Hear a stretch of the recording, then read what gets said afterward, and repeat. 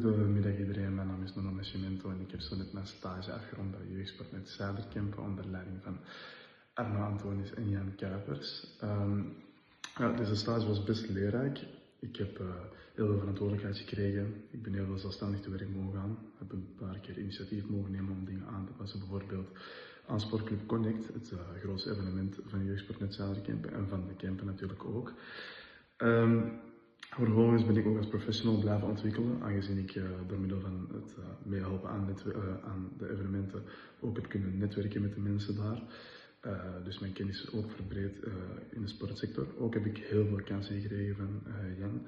Dan heb ik ook zo de kans gekregen om onderzoek te doen naar noden en de problematiek of uitdagingen binnen de sportclubs vandaag de dag.